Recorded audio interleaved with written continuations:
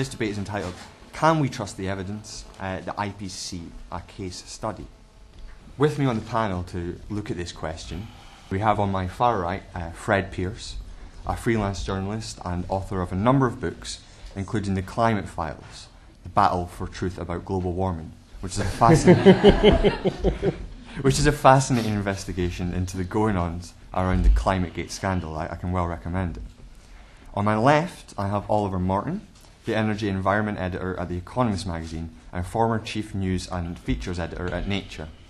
He's also the author of the book Eating the Sun, How Plants Power the Planet, amongst some others. And to my immediate right, we have Tony Gilland, the Science Society Director at the Institute of Ideas. Tony has edited a number of books around science and society, including the book What is Science Education For? Tony is also director of the IOI's Debating Matters competition, which some of you may know. So I'd like to get started, and I'll ask Fred if you'd like to start, please. Can we trust the evidence? I don't know. Evidence is only evidence. I mean, evidence isn't proof of anything. Evidence isn't. It may just be a bunch of statistics or facts. I mean, it's, you know, evidence is only that. So I think part of the problem is over-interpreting evidence and jumping to conclusions from evidence. That may sound a bit picky, but I think it's kind of relevant to where we get to with IPCC. And the facts may be wrong or not as interpreted, which I guess brings us to IPCC, or perhaps mainly to one paragraph, the paragraph in the IPCC report in 2007, which got known as Glaciergate. I think probably the reason I'm here really is because I started all that. So I'm going to, we can talk about other things, but I want to explain how that happened, which I think is a bit illuminating for those of us concerned about the way that IPCC works. About a year ago, slightly less than a year ago, I was called by some glaciologists who told me that there was a howling error in the middle of the 2007 IPCC report, which had been published for 2 years, but nobody had really spotted. And it was the one which said that the Himalayan glaciers would melt away by 2035, which they said was complete nonsense, obviously nonsense. And unfortunately, they said the source for this was something which I'd written in New Scientist magazine 10 years before. They traced it back, the reference given to the claim that the glaciers would be gone by 2035 was in fact a report written by WWF, World Wildlife Fund, in India in 2005, which in turn referenced a short news piece which I'd done in New Scientist back in 10 years before. That appeared to be the only evidence for this. Now, I mean, this appalled me, obviously, because you know, I was party to a bad error. But also, how on earth did this get from being a little journalistic story that I wrote, which is simply an interview with an Indian glaciologist? How on earth did this get into the IPCC report? And it transpired that a lot of cutting and pasting had been going on, and nobody had been really checking the veracity of this claim. Made a little more complicated by the fact that the guy who'd made the original claim in an interview with me, who'd said he said he was about to put it into a report, which in fact it never did turn up in that report, but we didn't know that at the time, was at this stage last year working in an Indian research agency for Rajendra Pachauri, the chairman of the IPCC. So lots of kind of odd ramifications here, but I think the essence of it was that something which turned up in a journalistic article as quoting one individual scientist with something which most people regarded as evidently erroneous had been cut and pasted several times and turned up in an IPCC report and then hadn't been questioned or commented on for almost 2 years. Once the questions did start arising, Rajendra Pachauri, the IPCC chairman, continued to defend the statement. He didn't kind of say what you and I might have done, oops, sorry, bit of a mistake there, we better correct that quickly. He defended it. He accused people who criticized this statement about Himalayan glaciers being engaged in voodoo science. And it took a long time to persuade him that maybe he ought to rethink this view. And it took quite a lot of work from quite a lot of glaciologists and quite a lot of journalists, I have to say, to do that. And all this happened at just after the Climategate, the emails row had surfaced, which had raised some important questions about process at the IPCC, about scientists writing chapters of IPCC reports in which they had a clear conflict of interest because they were essentially reviewing not only their own research, but people who were writing research criticizing their own research. So they were gatekeepers on their own account. And that had raised some worrying issues. So, I mean, as you might imagine, journalists went to town on this, and they found a number of other much smaller but difficult to explain things in IPCC reports, or particularly in the second of the three assessments that had come out in 2007, the one looking at the impacts of climate change, or potential impacts of climate change. So after Glaciergate, we had Amazongate. Never struck me that there was much in that. There was a fuss about exactly how much of the Amazon rainforest might disappear. And there are a few questions about referencing for that, but essentially there wasn't much of a row there. But there was a row over a headline claim which was in the summary for policymakers of the IPCC report, which Pachauri himself had referred to in a number of presentations on the report, including at the launch of the report, which claimed that in some African countries as much as 50% of agricultural productivity could be lost, not in the dim, distant future, but by 2020. Again, a very startling claim that you might have thought somebody might have checked rather carefully. The only source for this was a report written by a Moroccan scientist, an 11-page report concerning only 3 countries out of the 53 countries in Africa, Morocco, Algeria, and Tunisia, on the sort of very, very arid Saharan north of the country, not perhaps typical of Africa. And if you read that 11-page report, it makes no specific claim about climate change at all, in fact. It's not a peer-reviewed report. Talked in general terms about other studies, but didn't reference any of them, so we don't know what these other studies were, and still don't. And when you read the detail, actually only said that crops yields go up and down by about 50%, depending on whether it's a wet or a dry year. In other words, it had nothing to do with climate change as we understand it. It had to do with short-term variability in climate, but variability in climate as we know it now. Yet this got into an IPCC report, yet this got into the summary for policymakers of the IPCC report, yet this was specifically highlighted by the chairman of the IPCC in his presentations. Very briefly, as mentioned, the Inter-Academy Council, when it came to review IPCC work, concluded that there was a tendency, particularly in that impacts report, to, quote, emphasize the negative impacts of climate change, many of which were, quote, not supported, I found this amazing, not supported in the literature, not put into perspective, and not expressed clearly. And this is the result, this is the conclusion of the UN, or rather the Royal Society, National Academy of Sciences, and various other agencies' official review of what had been going on at IPCC. This is all about what you do with evidence. Can we trust evidence? It depends how it's used. I'm a defender of IPCC. I don't want to see it abolished. I would like to see Pachauri removed, probably, or he ought to resign, really, I think. IPCC has a really useful function, but I think in many respects it does have to get its act together if we are to, in future, trust the evidence that it presents to us. Oliver, if you'd like to make your comments. Yeah, sure, and I'm going to address the IPCC, as Fred did, fairly specifically, rather than the broader epistemological point about evidence that we can doubtless get onto in the discussion. And I ought to also reveal a conflict of interest in that my brother, John Morton, is a coordinating lead author on the next IPCC review, and I trust him.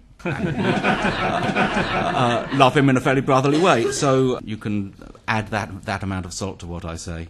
The question is, can we trust the evidence? And of course asks, who's we? So I'm going to start off by giving a sense of my perspective as a practicing writer on these subjects, and I suppose my approach to the IPCC, which I've been reporting on as well as through quite a lot this year, is trust but verify. The IPCC is fairly well referenced. You can find out where the references for things that it says come from. If you can't, then you have a problem.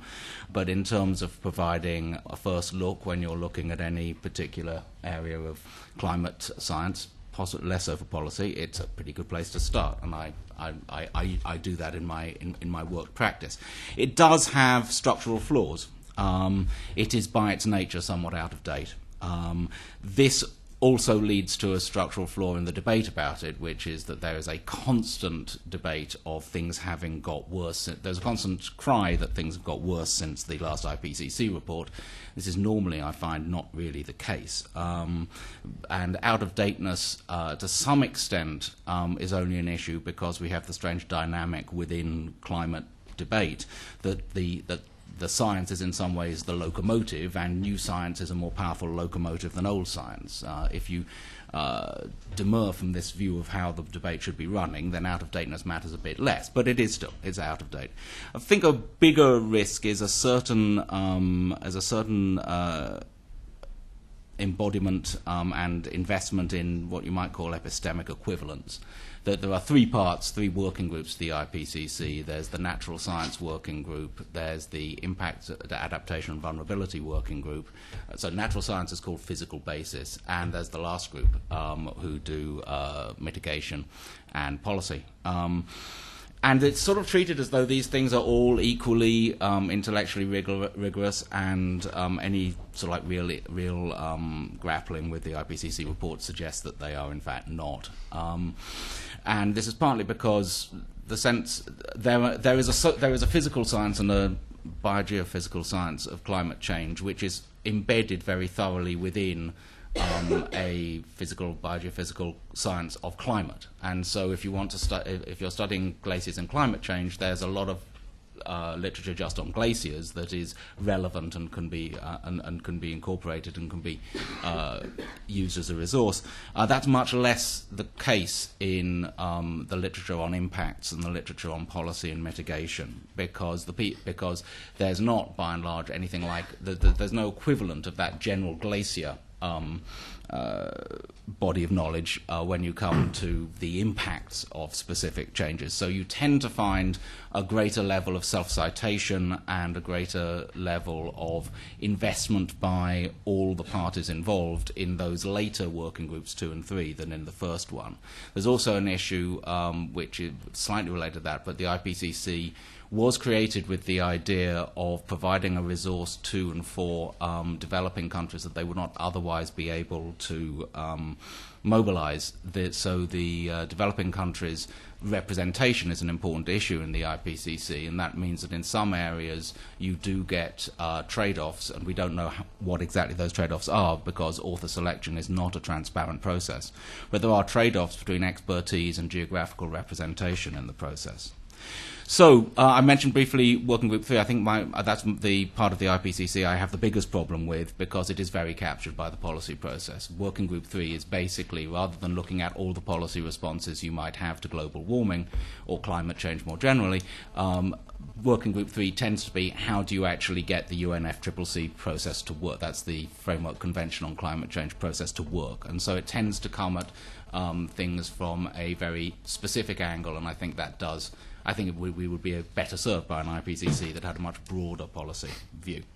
A couple of other things. It's very poor on uncertainty. It doesn't express the uncertainties involved within the process well enough. It also doesn't, and this would be really helpful, provide a list of the things you could do to narrow the uncertainty. I can come back to that later. Another thing is, I think that broadly speaking, my professional involvement has been mostly with the most recent review, Assessment Review 4.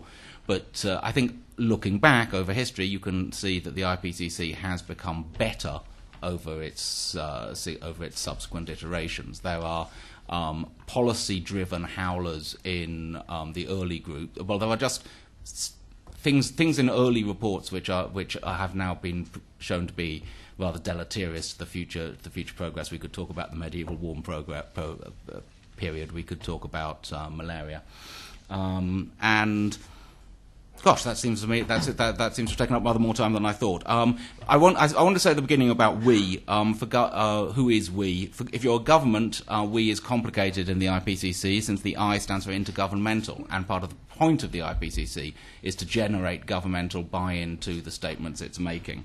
But I suspect we probably means you, the audience, in some ways here, and to some extent you can take my approach, which is to make up your own mind on a case-by-case basis.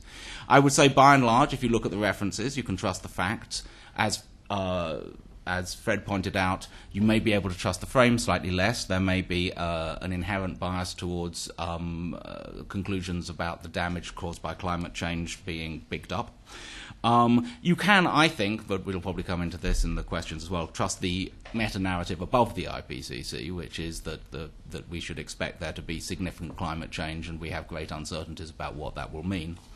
And one last thought about does it matter? I must say that in my experience, trust in the IPCC, except among people who are professionally rather too close to it, like Fred and me, is almost always a lagging indicator, not a forward indicator of their beliefs on climate change. People who want to disbelieve other forms of evidence on climate change will question the IPCC. People who don't will tend to uphold it. I don't think reforming the IPCC, though I would like to see it done, is going to vastly change the terms of the debate in any way. So now go over to Tony Gilland, if you'd like to make some remarks.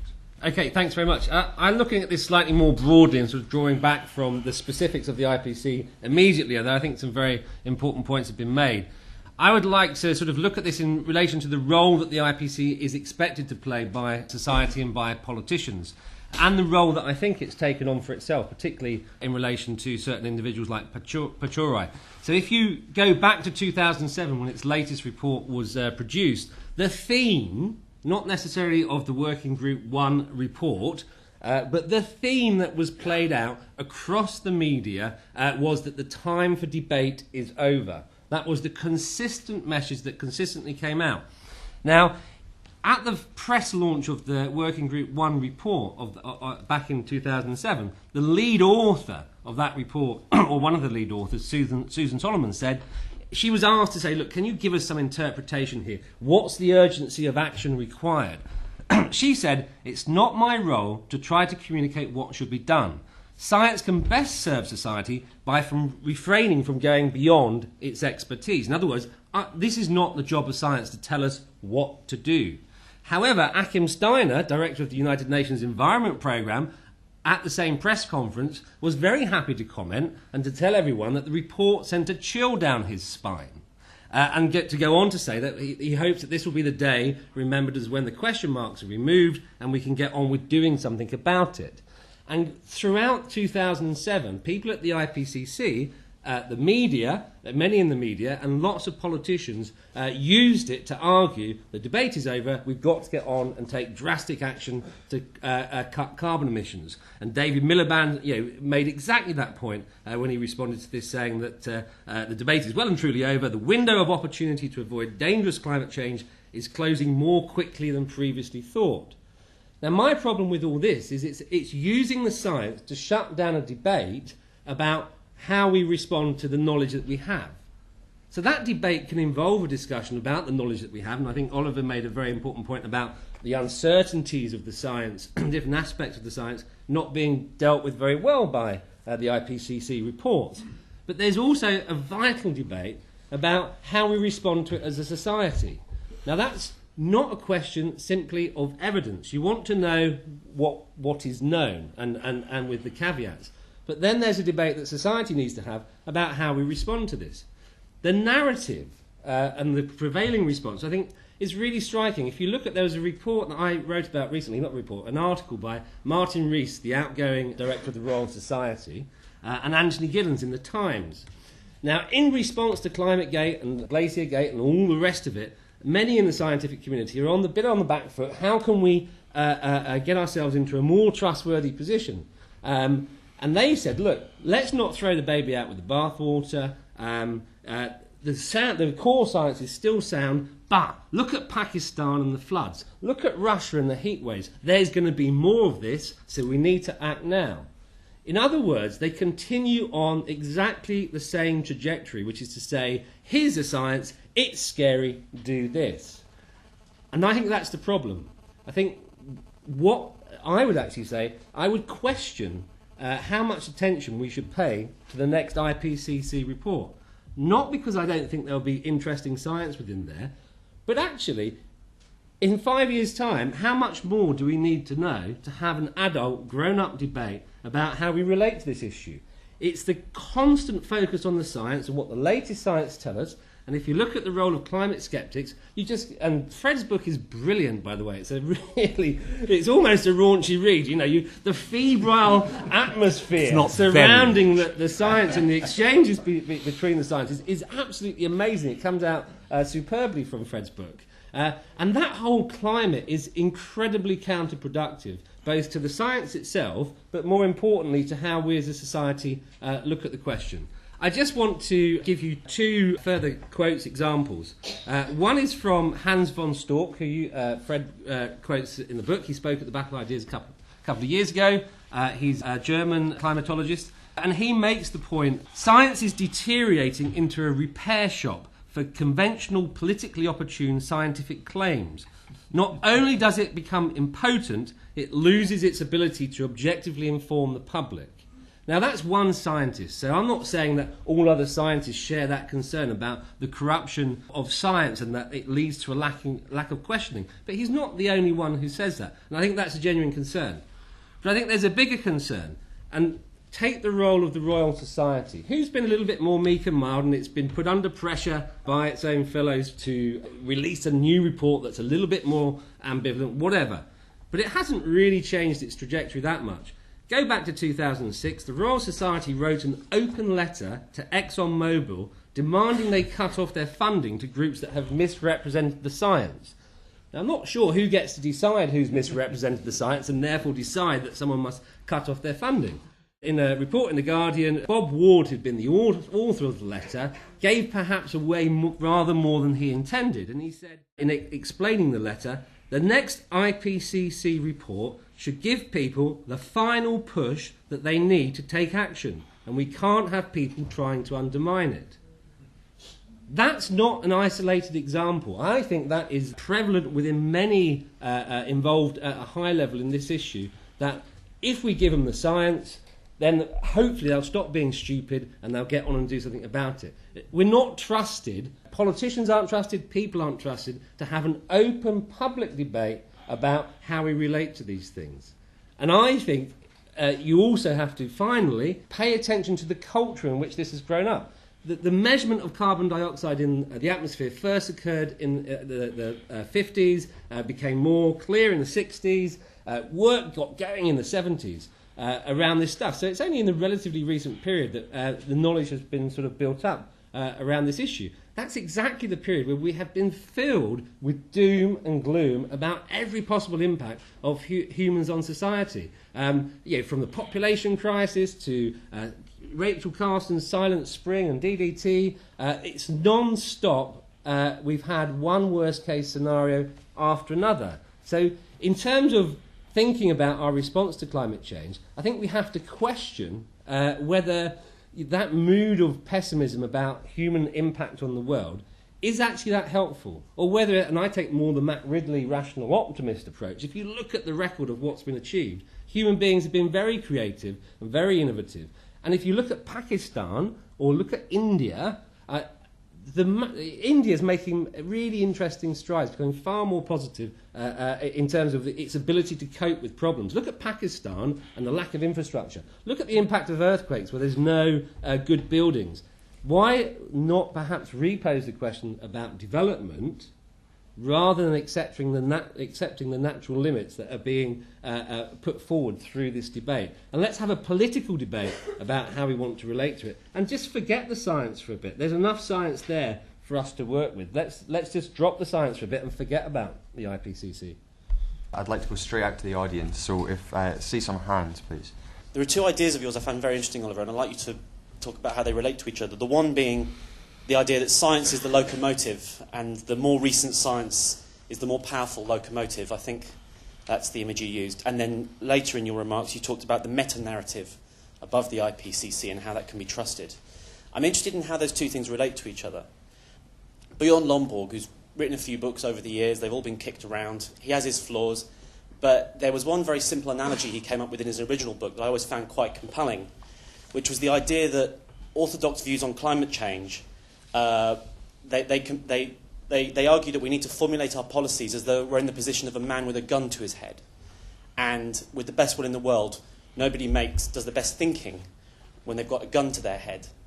So how can we get away from the idea that the more recent science is the more powerful locomotive to do what needs to be done? How does that relate to the urgency, to the meta-narrative that implies that we are in the position of a man with a gun to his head? That's, I think, the trouble with science is people look at things black and white, very, very binary. And I suppose the media, television, is a problem in that people just don't seem to be able to cope with uncertainty. What actually makes me worried about climate sceptics, or some of the ones I saw about the report, is not the fact they say it may be wrong, because quite frankly, I expect the IPCC may well be wrong. It's the way they seem to be so certain that it's wrong. And what worries me is the degree of certainty, and certainty, in fact, on both sides. I'm interested in one of the structural factors that Oliver identified in the IPCC, the 3 working groups. Because I think that tells you quite a lot, not just about the IPCC, but more broadly about the relationship between science and society and the way these things are structured. At the moment, the sense is that, the physical science is the real basis of this, and that Working Group 2, which is looking at the impacts, has to really kind of follow on from that, and then we can kind of discuss the policies and the response. And as Fred pointed out, most of the kind of more serious areas have kind of come out in the kind of Working Group 2, talking about the kind of impacts on society. My worry is that some of the response to this has been, we have to get these Working Group 2 guys to really take the physical basis much more seriously. Perhaps we kind of delay a bit more so they can really kind of take this into account and do things rigorously. I would suggest that the problem is actually, in some senses, the reverse of that. To understand the future, yes, we have to understand the physical changes in the atmosphere and the climate, but we actually have to take seriously the social development, factors like what is going to happen to agriculture in Africa, in its own right as a foundation for understanding the 21st century. So, really what we need is to, much more seriously take a look at a social understanding of the world and development, combine that with our understanding of physical science to kind of understand what's going on.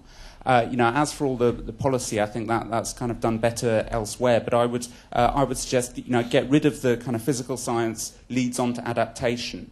Let's look at the kind of physical changes and the kind of social possibilities jointly together in order to understand the world.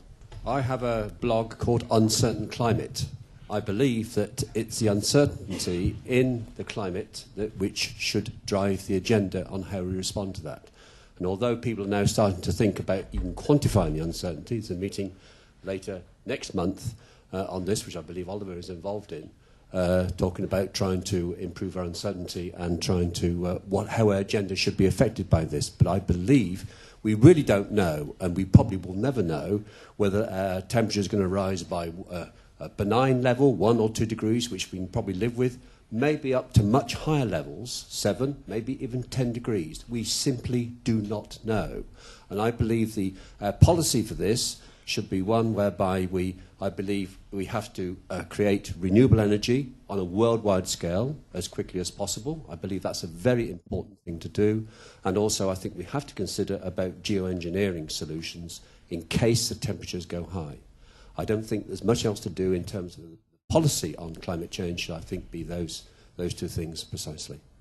I have a problem. Why actually do we need an IPCC? I mean, the climate's always been changing. We know jolly well in 1865, the year of the big stink, the temperatures in London were over 90 degrees for 8 days continuously. We know 100 years before that, the Thames was freezing over. The climate has always changed, in spite of the hockey stick graph, which did away with the medieval minimum and other changes.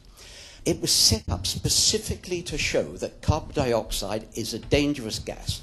And it was shown because, as Tony has said, in 1956, for the first time, we were able to measure carbon dioxide in parts per million.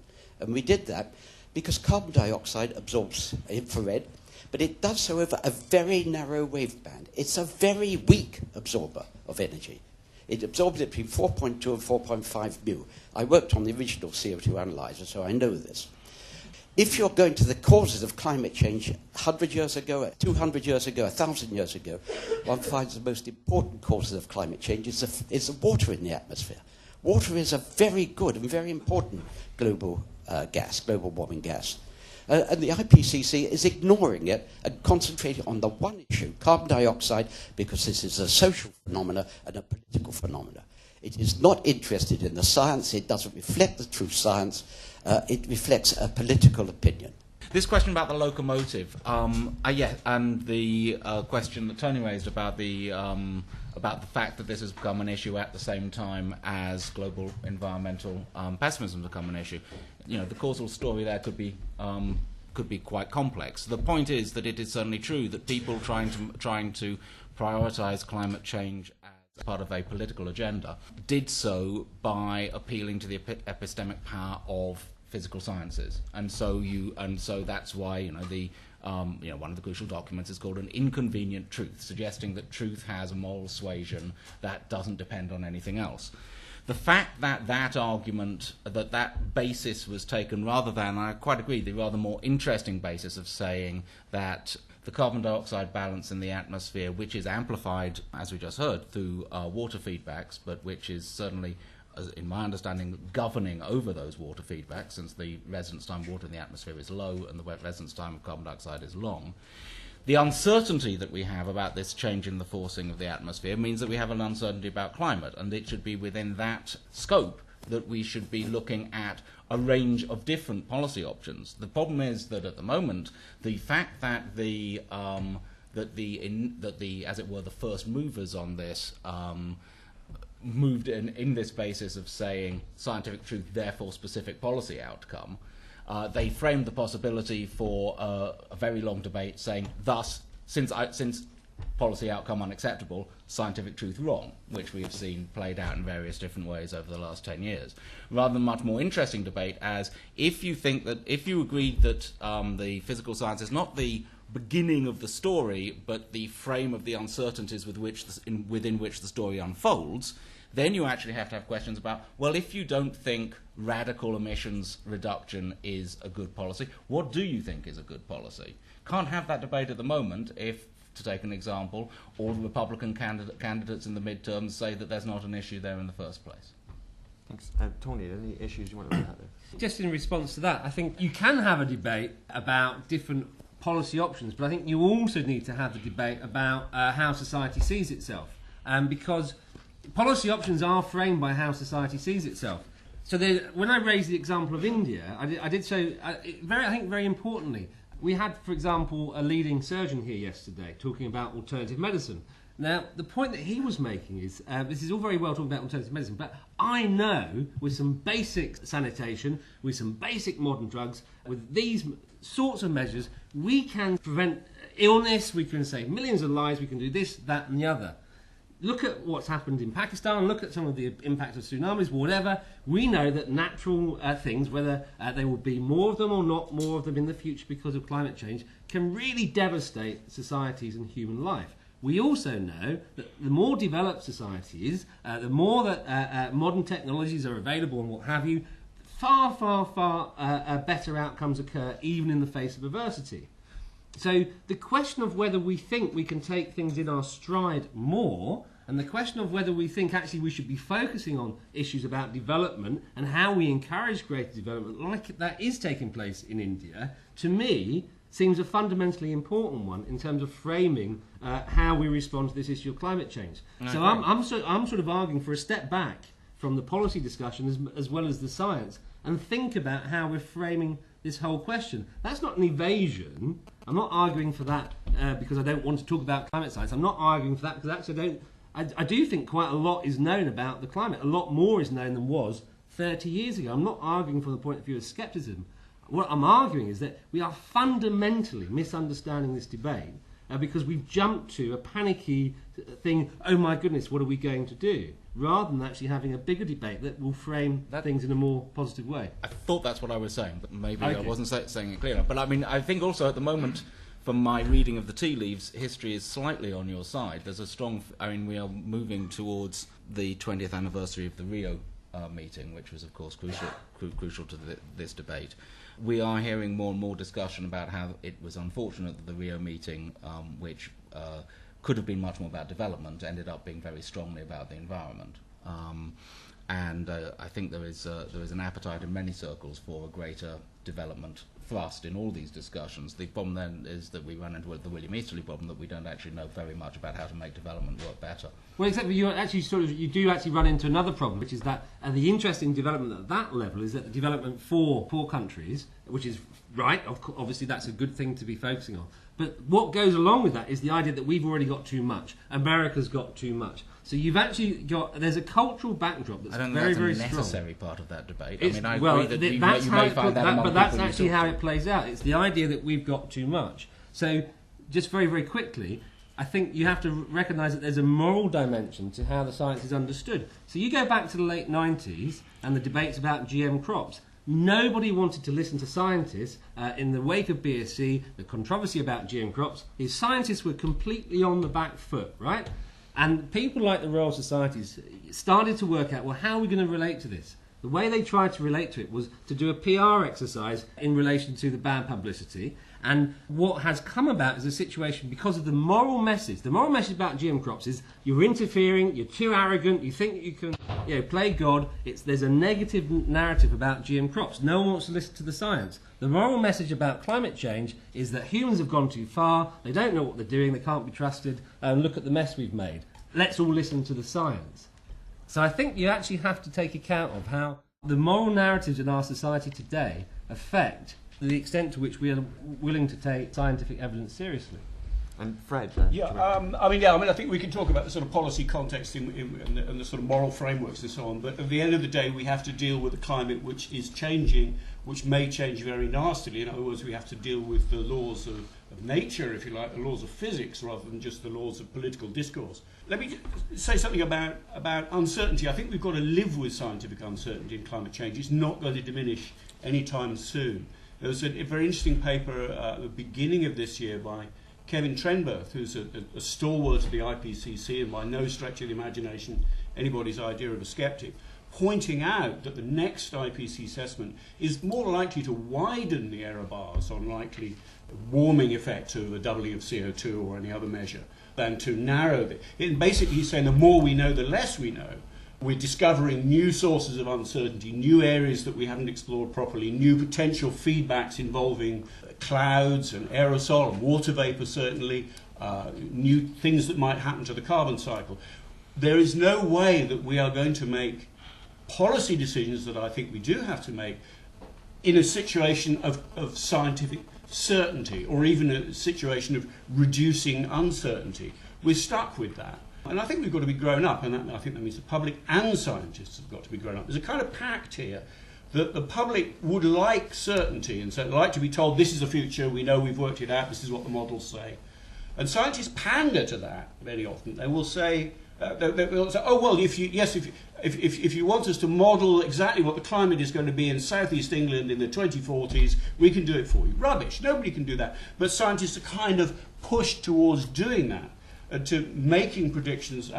Actually, there are huge areas of uncertainty in this, and they're going to carry on. I think the public has to wake up, politicians have to wake up to the fact that we're going to have to make decisions on that basis. And the scientists, I believe, have to stop pandering to people's desire for certainty. The other point, you made a point about the climate's always been changing. Yes, it should be no part of anybody's argument about man-made climate change that it used not to change. Of course it's changed. There's solar cycles, there's volcanic cycles, there's internal cycles, heat moving from the oceans to the atmosphere backwards and forwards, all sorts of stuff that's going on.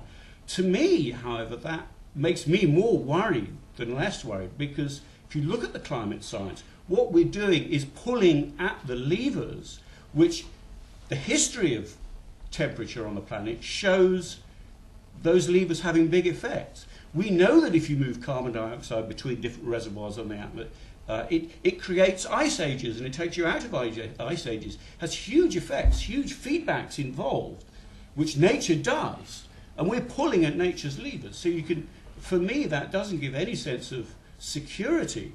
Rather, it makes me much more worried about potential tipping points, potential feedbacks. In that context of uncertainty, I'm far more worried. Skeptics will tend to say, well, we're very uncertain, so maybe we don't need to worry. Well, maybe we don't. But I'm more worried about those sort of top end of the error bars, and the really scary stuff that could be coming down the track. As it's a bit of a cliche, but people do say if you were about to get onto an aircraft and somebody told you there's a 1 in 20 chance of it crashing, you'd get right off.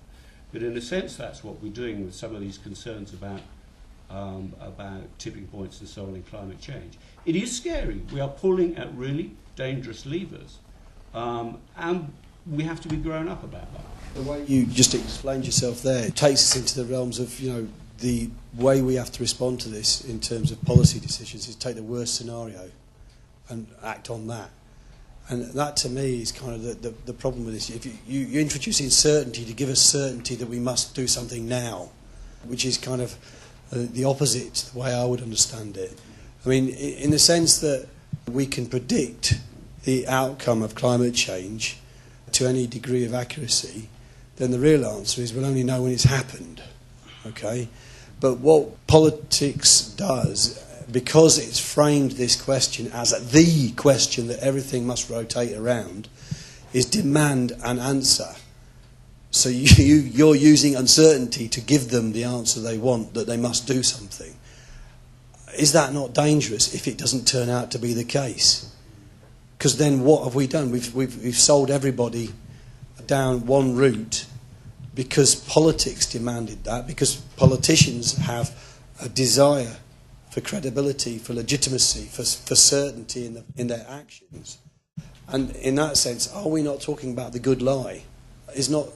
Are scientists not being drawn into delivering for politicians the good lie? And is that not a really dangerous thing for science, never mind anything else? Just from what I've heard today, it would suggest to me that the IPCC is a discredited organisation. So the answer to the question is, can we trust the evidence? Not if it's from the IPCC itself, I would suggest. But my questions, I've got 3 questions. One is, why do scientists pander? Which Fred just mentioned. The second question is, should the IPCC be forced to be reclassified as a political body, which is evidentially what it actually is, and that would solve some of the problems in terms of the way people are supposed to behave towards or react to IPCC comments. And my third question, related to the pandering really, is why do scientists involved in climate research allow themselves to be associated with the IPCC in this way? It seems that there is something driving them to do things which historically they would never have done, and basically be quite immoral in their behaviour. I wouldn't like the importance of Fred's original story to go underappreciated. I work in bibliometrics. In some of our disciplines, over half of the citations in our journals are wrong. This inaccuracy rate has been increasing. It's greatest in our top journals. Often we're just talking about minor inaccuracies, but it's an indication that the people who've cited have not actually read the original source, which is the point of your story. The incentive to write has become very, very much greater than the incentive to read. And there's a trade-off there. And given that the incentive to write is so great, people write knowing that people are unlikely to be reading their work. That has huge implications. Can we trust the evidence? No, because the people producing the evidence are producing stuff as a matter of record, not for people to read.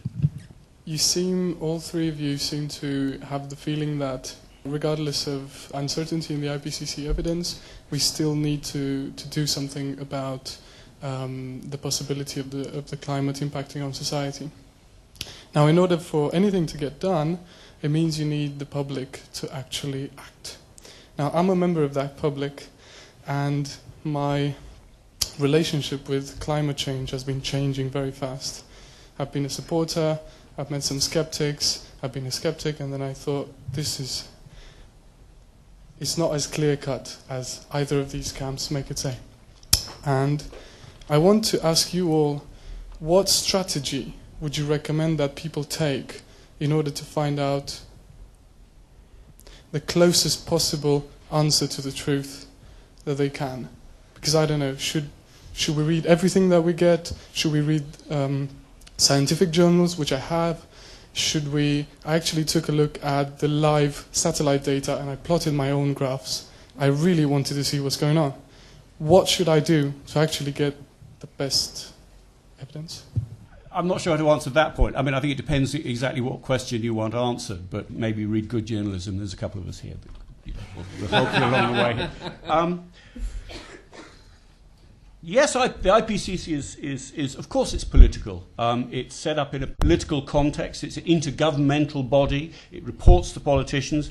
There's an advantage in that the politicians have to sign out on what they say. The IPCC findings are broadly adopted by, at least formally, by governments.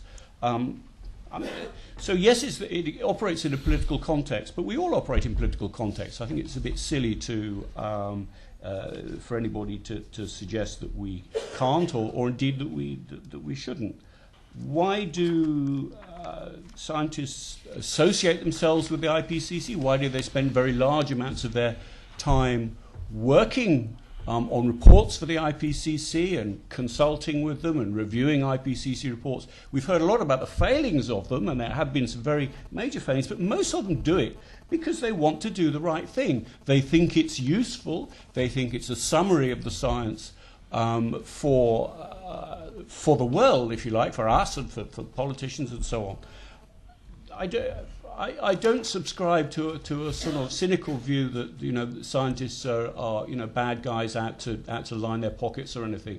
They have there are political issues around them which they're not fully aware of very often. That's for sure. Probably most of us aren't. I mean, they have a real issue, I think, in IPCC. The IPCC was essentially set up by politicians saying, there's a lot of argument going on about climate change. Will you please go away and agree your story, agree what's going on, and come back and tell us? And that's a really big political context that IPCC works in. They are expected to, and expect themselves to, if you like, come up with as definitive answers as they possibly can. They're not programmed to maximize the uncertainty, even when they see it. And that's a real tension in the organization. So they're programmed to try and come up with simple, understandable answers on which the world from which the world can work. And that's very difficult when you're confronting a lot of uncertainty. So I don't think they're being dishonest. I don't think they are self-serving. But I think it's very well worthwhile us discussing where that process falls down, the kind of pressures that it puts on people, and how they do get themselves into situations where they start making statements which really, as scientists, they ought to feel rather worried about. And that's about as much about us and our expectations of science as it is about the scientists. I mean, we have, as I think I said earlier, unrealistic expectations of what science can do. And scientists sometimes pander to that. Thank you, Fred. Tony? Yeah, just a couple of final points. The gentleman asked about truth, and to me, particularly the way you described it, which was a very honest account of your going through this process, it strikes me as a very existential question you're asking, and I think that's the problem with this whole issue. It's being related to an existential level. Like, what is the truth about climate change will tell us something about ourselves, and I don't think it will. I think that it's far more useful to approach it as a technical question in terms of what is the truth about climate change, and there may be some lessons in there. Historically, looking back in 200 years' time, the lessons might be drawn from it. But to treat it as an existential question, I think, is extremely unhelpful. Just on your analogy of the plane 1 in 20 chance, or Chris Rapley was here speaking at the Battle of Ideas a couple of years ago. He said 1 in 100, whatever. I just don't think it works, because if someone says to you, "Do you want to step on this plane? Here's your chances," you know it's a very immediate thing. And what we're dealing with here is a much bigger, much more unfolding thing. It's about it's about society and all the different options that we have. And that unfolds. So you can't, I think the analogy breaks down when you get into the reality of the situation. Because as we learn more, as we have more debates, you can make different decisions. And I think that's the problem, that the science has been used to try and force us into a particular answer. We must act now. We've got to, particularly people like David King and the British scientific establishment have really gone heavy on this. It's like we've got to hit a path of, it used to be 550 parts per million carbon equivalent particles, then it was down to 450. It's like they're really trying to box things into a particular outcome, and I think that's very, very unhelpful for debate and for science. And so finally, just on the IPCC, I think you make a very valid point about, yes, let's be real about lots of things are political. But the IPCC, I think, was established precisely because of the fear of politics. It was the idea that nasty, short-term politicians, greedy individuals, always doing what's in their immediate interest, cannot be trusted with a question of this nature, of this time scale, of this magnitude. So we need the IPCC to deal with it and to do it behind closed doors and then announce the outcome. I think it's time to trust people and trust politics. And yes, politics might not be up to much at the moment, but if we don't trust in ourselves to have these debates and to deal with the uncertainties, then I think we're absolutely stuffed. Thank you, Tony. Oliver, finally. Yeah, interesting question about the origins of the IPCC. I mean, the origins of the IPCC come out of an advocacy campaign by a specific scientist, Bert Bolin, who managed to convince people to get some scientists and some politicians to form the institution. And his view was very much the view that in order to get global action, you had to have a scientific body that was accountable to and available to the global south. And that was really the driver for Bolin. I don't dispute your account of, or even say this is necessarily in any way contradictory to your account, but the actual origins of it is a story about north-south inequity. I have some sympathy with the point made back there about worst-caseism, but and it's a very difficult point. It's also an interesting point of asymmetry between people who will happily take worst case analysis on some things and not on others. A good example being Dick Cheney, who was happy to say that a 1% chance of a nation having a nuclear device should be acted on as though we were certain they had a nuclear device, but was not willing to take quite the same level of hardlineness on a 1% chance of climate change. But the question came about what sort of reform, and this goes to your question about why do scientists associate themselves with this? I mean, obviously, as Fred was saying, the main answer is that they do not. Their analysis does not show the IPCC to be the same sort of prostitutional organisation that you make it out to be. They just don't believe that it is that thing, and that is why they associate themselves with it. In the point of reform, I think there's a very strong case. I would broadly go along with the reforms outlined by the Inter-Academics Council. The thing that the IPCC needs most, because it is, as Fred was pointing out, in its bones political. It's not just that it reports to governments. Governments are the process at the end. That process is currently entirely opaque because the plenary sessions are not public events, unlike plenary sessions in UN organisations more typically. I think making plenary sessions and making author choice entirely transparent processes led by defined criteria would be a very big step towards making the IPCC into the thing that I think the vast number of people who contribute to it, as Steve said, for the most part without any form of recompense, believe it to be and want it to be. Thank you, Oliver. Can we please thank our panel, please?